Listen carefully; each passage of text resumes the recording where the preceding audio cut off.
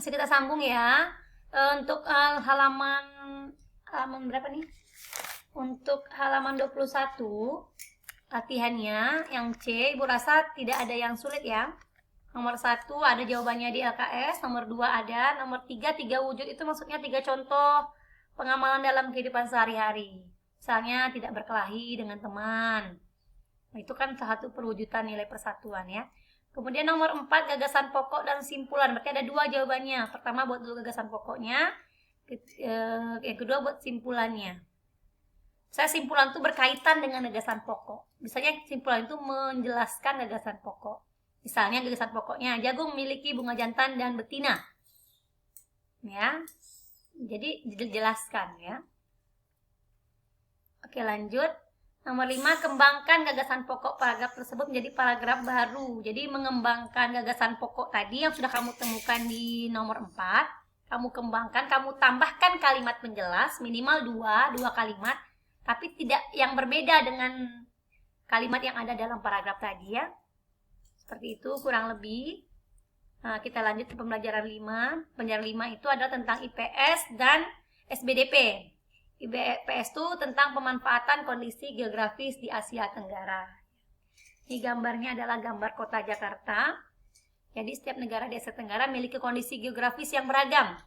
Keberagaman kondisi geografis tersebut dimanfaatkan oleh masyarakat sekitar untuk berbagai aktivitas. Ya. Bagaimana kondisi geografis dari negara-negara berikut? Apa aktivitas masyarakat dalam memanfaatkan kondisi geografis tersebut? Ini adalah negara Indonesia. Di sebelahnya negara Filipina. Jadi apa perbedaan Indonesia dengan Filipina? Jadi kondisi geografisnya hampir sama ya, hampir ada persamaan. Karena sama-sama negara kepulauan, sama-sama negara yang banyak gunung apinya, sama-sama dikelilingi oleh perairan, kemudian sama-sama sering terjadi gempa bumi, terletak di antara sirkum Pasifik yang menyebabkan sering terjadi rawan gempa bumi. Tentu ada juga perbedaannya ya. Persamaan dan perbedaan itu mengakibatkan adanya persamaan dan perbedaan juga dari aktivitas masyarakatnya. Ini kita lihat peta Asia Tenggara. Kalau kita lihat dari letak geografisnya, Asia Tenggara ini terletak di dekat garis khatulistiwa ya. Jadi Asia Tenggara, negara-negara yang berada di Asia Tenggara itu terletak di daerah khatulistiwa, di mana musimnya sama. Negara Asia Tenggara itu beriklim tropis. Beriklim tropis itu artinya cuacanya 6 bulan hujan, 6 bulan musim kemarau. Jadi 6 bulan musim hujan, 6 bulan musim kemarau. Sehingga mengakibatkan negara-negara di Asia Tenggara itu cukup mendapatkan sinar matahari ya. Cukup mendapatkan sinar matahari, kecuali Myanmar. Myanmar ini iklimnya subtropis. Jadi ada 3 musim di Myanmar itu, yaitu musim panas, musim dingin, dan musim hujan. Ya, kalau di negara-negara Eropa bahkan 4 musim, musim hujan, musim gugur, musim semi, musim panas. Ya, mereka kurang sinar matahari untuk di daerah mereka. Jadi negaranya cenderung dingin. Kalau negara kita dan negara-negara di Asia Tenggara lainnya iklimnya tropis. Hanya mempunyai 2 musim, 6 bulan hujan dan 6 bulan kemudian dalam musim panas. Jadi sehingga kita mendapatkan curah hujan yang cukup dan sinar matahari yang cukup. Sehingga kawasannya cocok untuk cocok tanam. Ya. Cocok sebagai pertumbuhan tanaman pangan. Contohnya padi. Maka negara Asia Tenggara itu negara yang cocok untuk membentuk negara agraris. Nah, negara yang merupakan negara agraris ya di Asia Tenggara antara lain adalah Myanmar. Ini pengekspor beras terbesar di Asia Tenggara. Kemudian Vietnam juga merupakan negara agraris yang merupakan pengekspor beras. Kemudian Thailand juga negara pengekspor beras yang kaya akan hasil tanaman padinya. Jadi Myanmar, Thailand, Vietnam, dan Indonesia. Artinya negara agraris itu negara yang menghasilkan tanaman pangan. Bahkan tanaman pangannya bisa diimpor ke negara lain ya. Hal itu mengapa di Indonesia banyak negara agraris? Hal itu dikarenakan kita terletak di daerah garis khatulistiwa dan sehingga mendapatkan curah hujan dan dan sinar matahari yang cukup. Ya, kalau dilihat kemudian di Indonesia, di negara Asia Tenggara, selain iklimnya iklim tropis, Indonesia dan negara Asia Tenggara lainnya juga dikelilingi oleh perairan atau laut. Contohnya ini ada negara kepulauan Indonesia, Singapura, negara kepulauan Indonesia, Singapura, Malaysia juga ada 2 pulau ya, Malaysia Barat dan Malaysia Timur. Singapura ini juga walaupun kecil ada pulau-pulau kecil lagi, jadi itu negara kepulauan juga. Indonesia juga negara kepulauan yang dikelilingi oleh perairan. Filipina juga negara kepulauan yang dikelilingi oleh perairan. Sehingga ini hasil kekayaan lautnya cukup melimpah. Untuk negara-negara kepulauan yang kaya akan laut, ini hasil lautnya juga melimpah. Selain itu juga bisa dijadikan andalan pariwisata ya. Pariwisata bahari, pariwisata dalam bidang laut. Untuk wisata bahari ya, untuk negara-negara kepulauan. Kemudian untuk hasil kekayaan alam. Hasil kekayaan alam kita lihat, kalau Malaysia ini daerahnya sebagian rawa. Malaysia Timur itu adalah rawa sehingga kurang cocok untuk dijadikan pertanian. Malaysia Barat terendah sehingga cocok untuk daerah pertanian. Tapi hasil kekayaan Malaysia itu yang melimpah adalah Malaysia merupakan penghasil timah terbesar di dunia. Jadi perlu anak-anak ibu ingat, Malaysia itu merupakan penghasil timah terbesar di dunia. Ya, itulah sumber pendapatan negara mereka. Jadi banyak masyarakat Malaysia itu yang bekerja di bagian pertambangan timah.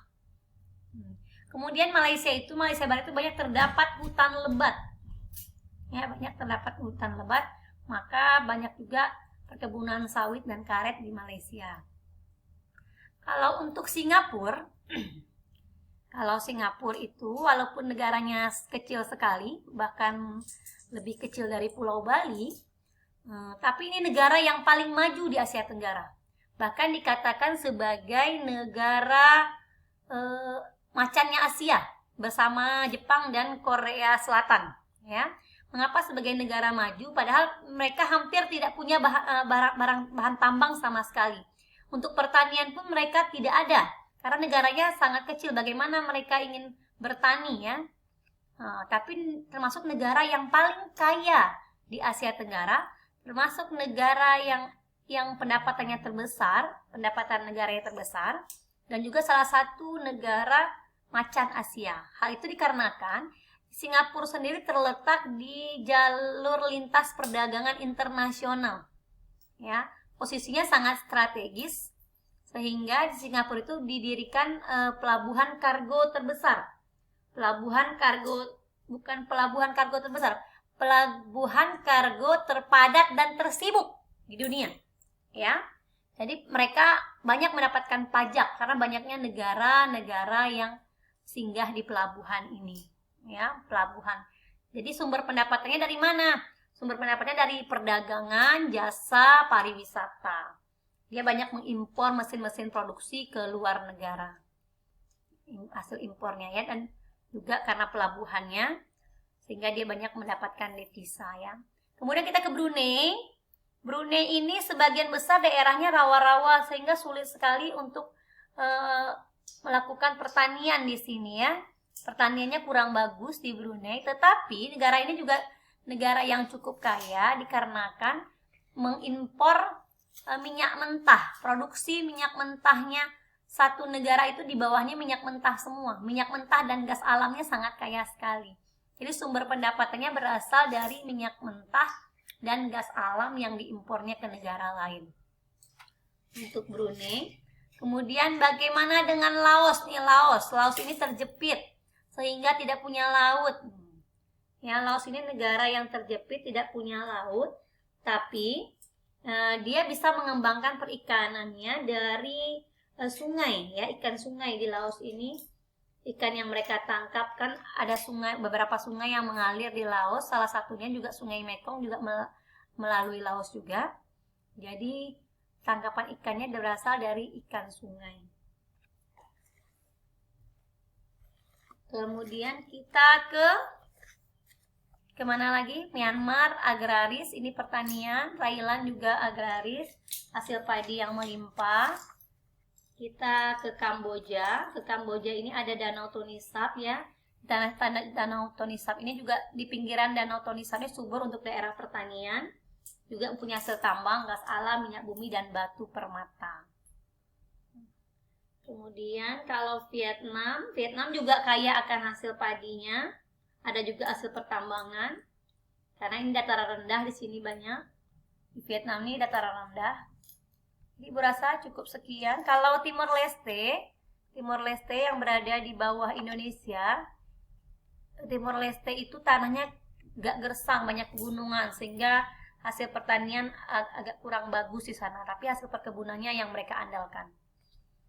Kemudian alat dan bahan pembuatan karya seni patung SBDP. Alat-alatnya yang bisa digunakan ya, meja putar.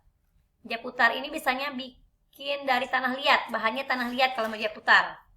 Seperti bikin guci-guci seperti itu ya, gerabah. Kemudian cetakan ini untuk cor ini misalnya dari bahan semen, bahan cor, ini menggunakan cetakan. Ada cetakannya, tinggal dimasukkan bahannya sepertinya untuk bahan cor ya. Palu dan pahat ini untuk bahan keras, kayu, batu ya, serta amplas juga untuk bahan keras. Jadi bahan-bahan itu dikelompokkan menjadi bahan lunak dan bahan keras. Bahan lunak tanah liat, lilin, sabun, plastisin. Dalam buat patung kita bisa menggunakan tanah liat, lilin, sabun, dan plastisin. Nah, kalau bahan lunak kita bisa menggunakan butsir. Ya, butsir itu alat berupa kayu dengan ujungnya berupa lengkungan kawat. Ya, untuk mengukir bahan lunak. Jadi kalau butsir itu cocok digunakan untuk bahan lunak seperti tanah liat, lilin, sabun, dan plastisin. Kalau bahan keras, batu, kayu, jati, dan marmer, cocoknya menggunakan palu, pahat, serta amplas. Kalau meja putar ini untuk tanah liat, ya, cetakan untuk bahan cor. Nah, ini dia meja putar. Ini yang di sini adalah meja putar untuk menggunakan bahan lunak seperti tanah liat, ya, seperti membuat kendi ya, membuat pot, vas, ini menggunakan meja putar. Oke, kita lihat tugas pembelajaran 5. Mayoritas negara ASEAN beriklim tropis. Pengaruh kondisi tersebut terhadap kegiatan pertanian adalah apa? Jadi kan iklim tropis adalah adanya musim hujan dan musim kemarau. Jadi apa pengaruhnya terhadap pertanian? Apakah penduduk membudidayakan padi saat musim hujan, atau kebutuhan air irigasi dipenuhi dengan membuat sumur bor? Nyambung nggak tuh sumur bor dengan iklim tropis?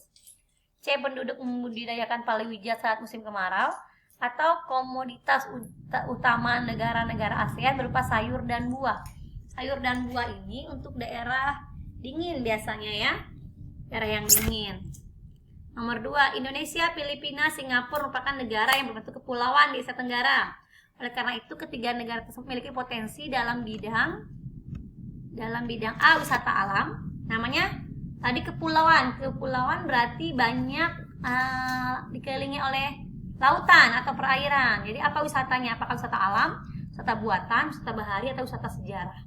3. Pak Putut ingin membuat patung dari bahan batu granit. Di bengkel patung Pak Putut terdapat beberapa peralatan berikut. Alat yang tepat digunakan. Oh, berarti kalau granit itu batu keras bahannya. Kalau keras apa? Apakah pakai palu, pakai tang, butsir, pahat, atau amplas? Oke, tadi udah dijelaskan apa aja kegunaannya. 4. Adik kagum melihat patung berbentuk gajah dari bahan kayu di salah satu sudut rumah temannya. Adi penasaran dengan teknik yang digunakan dalam membuat patung tersebut. Patung yang dilihat Andi dibuat dengan menggunakan teknik apa? Patung berbentuk gajah dari kayu. Kalau dari kayu, apa tekniknya? Mungkin busir ya. Kalau busir itu kan tekniknya untuk bahan lunak. Teknik busir itu untuk bahan yang lunak. Ini bahannya kayu. Ya. 5. Membuat patung dapat dilakukan dengan menggunakan teknik cetak tuang. Bahan berikut yang dapat digunakan membuat patung dengan teknik cetak tuang